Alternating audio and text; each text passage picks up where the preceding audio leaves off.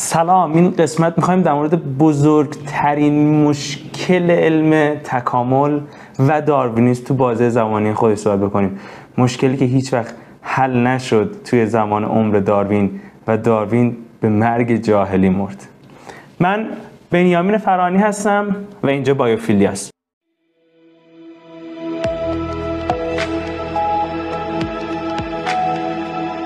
میخوایم یکی از اصلی ترین مشکلات نظریه تکامل بگیم توی زمان خودش و اونم چیزی نیست جز تنوع. تنوع چیه و داستانش چیه و چه ربطی به تکامل داره؟ اگر یادتون باشه توی قسمت قبل در مورد انتخاب طبیعی صحبت کردیم. انتخاب طبیعی اینطوری بودش که یه سری از افراد هستن که باید بمیرن و حذف بشن و یه سری افراد هستن که میمونن، بقا پیدا میکنن و تولید مثل میکنن.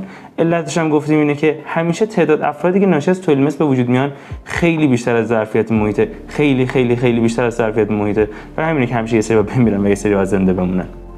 خب داروین اینجوری میگفتش که در طی روندهای تکاملی اینطوریه که اون افرادی که 1% نسبت به بقیه بهترن، احتمال بقا و تولید مثلشون بیشتره. برای همین در طی زمان اینان که باقی میمونن و در نتیجه توی بازهای زمانی طولانی ما تغییراتی رو میبینیم به سمت جاندارانی که ویژگی‌های خاصی دارن که بقا و تولید مثلشون بیشتر میکنن. اما یه چالش اینجا وجود داره. در طی انتخاب طبیعی عده میمیرن. طبیعی در نتیجهش تنوع کم بشه.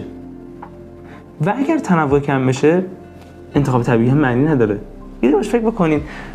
خیلی ساده براتون مثال میزنم. فرض کنید که شما رفتید لوازم تحریری 10 تا خودکار گذاشتن با 10 تا رنگ مختلف و 10 تا برند مختلف جلوی شما.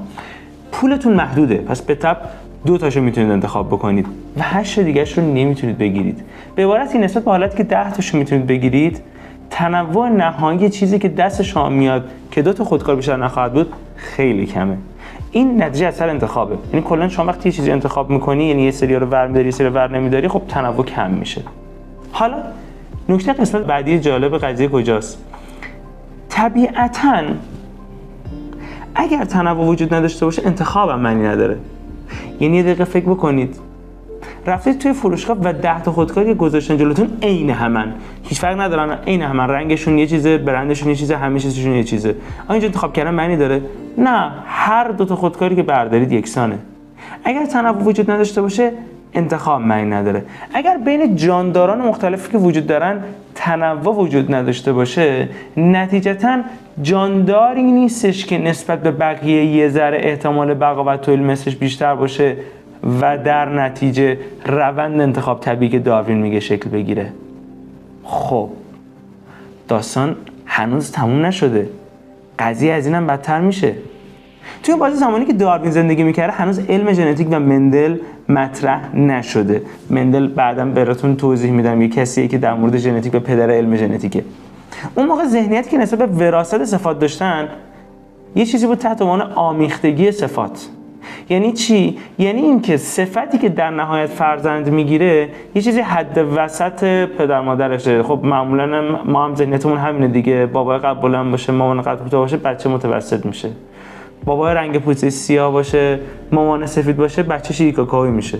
یا این جوکایی که میسازیم، مثلا یه روز یه توتی با یه دونه قورباغه ازدواج میکنه، بچه‌شون میشه قوطی. یا مثلا مار با خارگوش ازدواج میکنه، بچهش میشه سیم خاردار. Stop it. Get some help. خب چیه این جوکای مسخره؟ ریشش توی همینه که ما ذهنیتمون اینه که آمیختگی صفات درسته دیگه. نه، اون موقع هم ذهنیت همین بوده. ولی آمیختگی صفات یه پارادوکس خیلی عجیب غریب داره. اگر بچه هر والدینی حد وسط والدینش باشه، کم کم باید تمامی جمعیت بشن حد وسط. چطور؟ اگر حد وسط با حد وسط ازدواج بکنه، خب بچهش میشه وسط. منطقی نه؟ اگر یه قد کوتاه با یه قد بلند ازدواج بکنه چی میشه؟ میشه وسط. کوتاه بلند وسط، کوتاه بلند وسط. همینجوری کم کم بعد در طی زمان همه جمعیت بشن وسط و دیگه تنوع وجود نداشته باشه. تادا، انتخاب طبیعی به فنا رفت. اگر تنوع وجود نداشته باشه و خود انتخاب طبیعی هم منجر به کاهش تنوع بشه، نتیجهش این باید بشه که انتخاب طبیعی نباید بتونه جواب بده و منجر به تغییر جانداران در طی نسل‌ها بشه به این طریقی ما داریم می‌بینیم. بله، این باعث شده بود که داروین شب خوابش نبره. خیلی مشکل بزرگی بود. توی اون باز زمانی هم که داروین زنده بود حل نشد.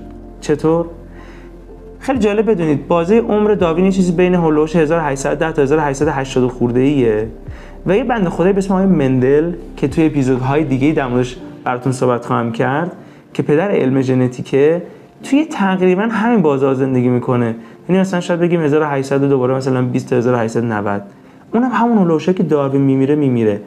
مقالاتی که مندل داره تمامی مشکلات نظریه انتخاب طبیعی رو میتونه حل بکنه، میتونه توضیح بده که چی جوری تنوع به وجود میاد، میتونه توضیح بده که چرا آمیختگی صفات غلطه. ولی غم ماجرا اینجاست، تا وقتی که مندل میمیره هیچ کس به مقالاتش توجه نمیکنه، هیچ مجله‌ای مقالاتش رو چاپ نمیکنه و هیچ جا این آدم مطرح نمیشه.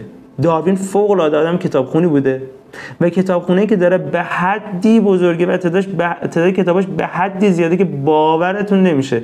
ولی جالب اومدن تمامی کتابخونه داروین رو بررسی کردن، یه صفحه از مقالات مندل پیدا نکردن. مندل تو سال 1889 میمیره و 10-15 سال بعد از اینکه میمیره تازه مقالاتش مورد بررسی قرار میگیره. وقتی مقالاتش مورد بررسی قرار میگیره میبینن که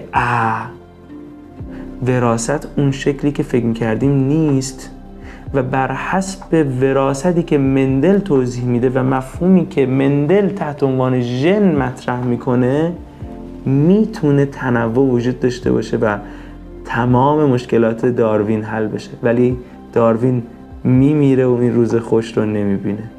اینم قبل اینکه اپیزود تمام شه بهتون بگم داروین خب خیلی مستعسل بوده اون زمان و مجبور بوده، چاره‌ای نبوده دیگه، به یه چیزی چنگ بندازه صرفا برای اینکه نظریه‌اش رو نجات بده. و خیلی جالبه تنوع رو میگه اینطوری به وجود میاد که جانداران در طول زندگیشون یه سری صفات رو اکتساب میکنن، یه سری اکتساب نمیکنن، میشه تنوع. و اون صفتی که کسب کردن رو به نسل بعد انتقال میدن. تادا! بله داروین هم به وراثتی شدن صفات اکتسابی اعتقاد داشته و خب جامعه علمی اون موقع ازش نپذیرفته، چه برسه به الان. غلط بوده. ممنون از وقتی که گذاشتین.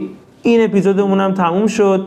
بزرگترین مشکلم گفتیم چجوری حل میشه، مندل کیه، چجوریه، تو اپیزود بعد میبینمتون. موفق باشین. خداحافظ.